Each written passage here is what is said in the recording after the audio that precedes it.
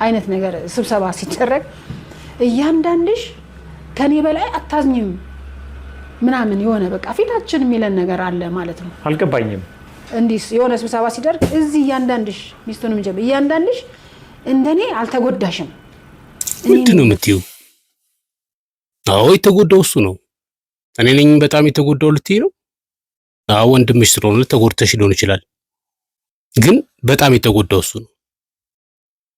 ሲጀመር ይህ ሰው እኮ ወንድምሽ ነፃነት ወርቅነህ ምንም ነገር ሰውየው ሳያወጣ ሚስት ብቻ ፒክ አድርጎ ቅንጡ ሆቴል ውስጥ ድልቅቅ አድርጎ የዳረው ሰው ነው ነፃነት ወርቅነህ። ታዲያ በነፃነት ወርቅነህ መሞት ማን ነው በጣም ተጎጂ? ወንድምሽ ላንቺ እንደዛ አድርጎልሻል? አላቅም። ነገር ግን በጣም ካንቺ በላይ ተጎዳው ቢልሽ ይሄ አንዱ ምክንያት ነው። ሁለተኛ ልጨምርልሽ፣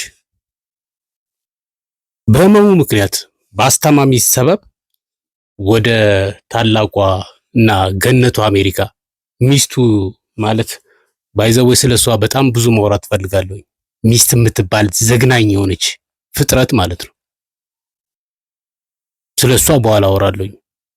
ነገር ግን እሷ ወዳለችበት አሜሪካ በአስተማሚ ሰበብ ሊሄድ የነበረ ሰው ነው እና አሁን ነፃነት ወርቅነህ ሲሞት ቀረበት ማለት አይደለም እንደ አሜሪካ።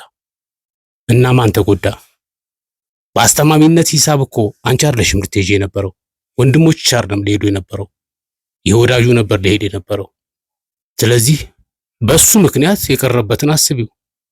ካንቺ እናንተ በላይ ተጎድቻለሁ ቢላችሁ አይክፋችሁ። ሌላ ልጨምርልሽ፣ በጣም በሚገርምሽ ሁኔታ ነፃነት ወርቅነህ እኮ ለዚህ ወዳጁ ሙሉ ወጪውን ከናምቡላው ጨምሮ ሲሸፍንለት የነበረ ነው።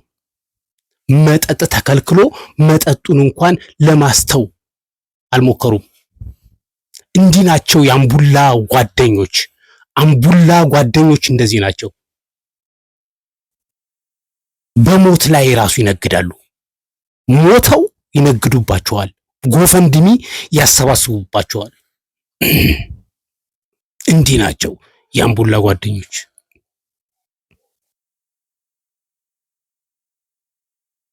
አንቺ አልተጎዳሽም፣ የተጎዳው እሱ ነው እና አትዘኝ እናቴ።